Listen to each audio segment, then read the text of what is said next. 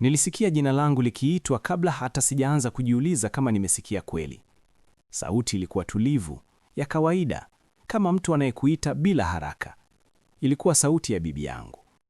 Nilikaa kimya, sikusimama, sikutikisika. Nilikaa tu nikisikiliza, nikingoja iite tena.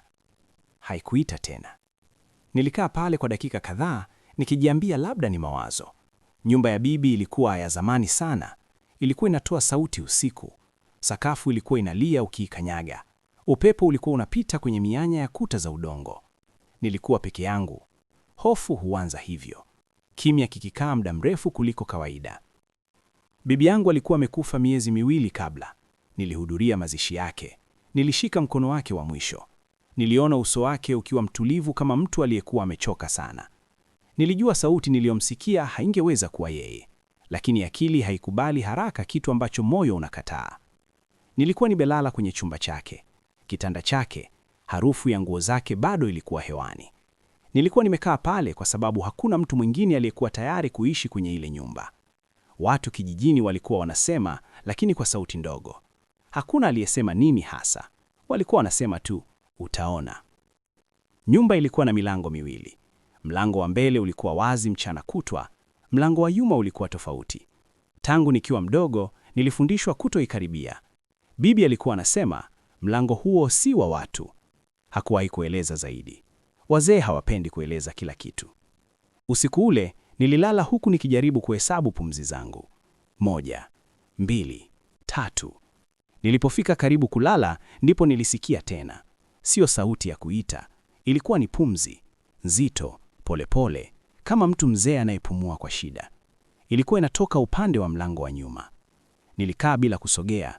Nilijiambia nisigeuke. Nilijiambia hata nikisikiliza haitaniua. Lakini pumzi ile ilikuwa na mpangilio. Pumzi, kimya kidogo. Pumzi tena. Haikuwa ya mnyama.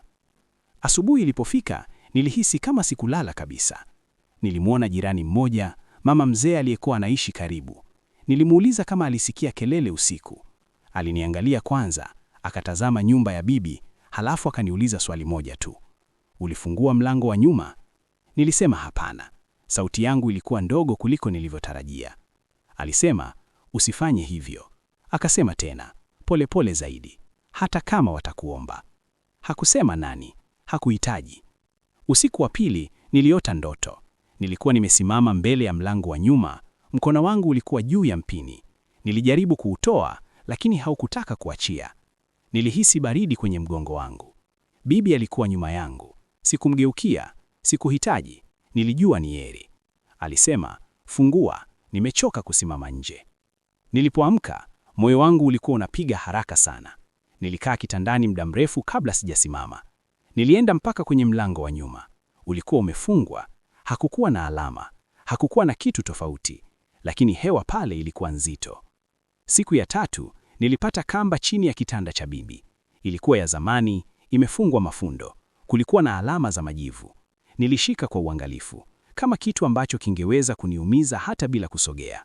Nilimpelekea jirani ile kamba. Alikaa kimya kwa muda mrefu. Halafu akasema, bibi yako alikuwa mlinzi.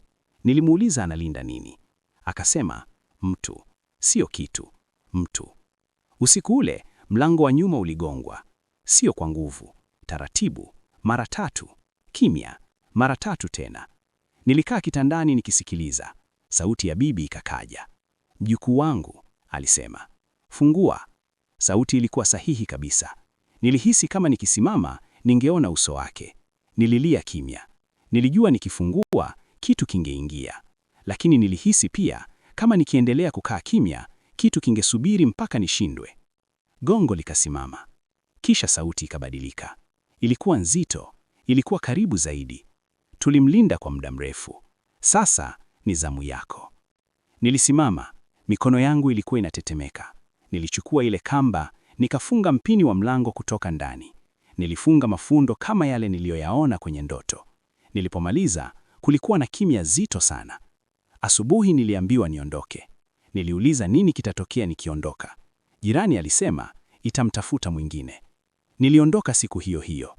Baada ya wiki 2, nilisikia mtoto mmoja alianza kulala usingizini akitembea. Kila usiku Alisimama kwenye mlango wa nyuma ya nyumba yao. Alikuwa akitaja jina la bibi yangu. Ndipo nikajua baadhi ya milango haifungwi kwa mbao, inafungwa kwa watu, na watu wakiondoka, kitu hubaki kikingoja.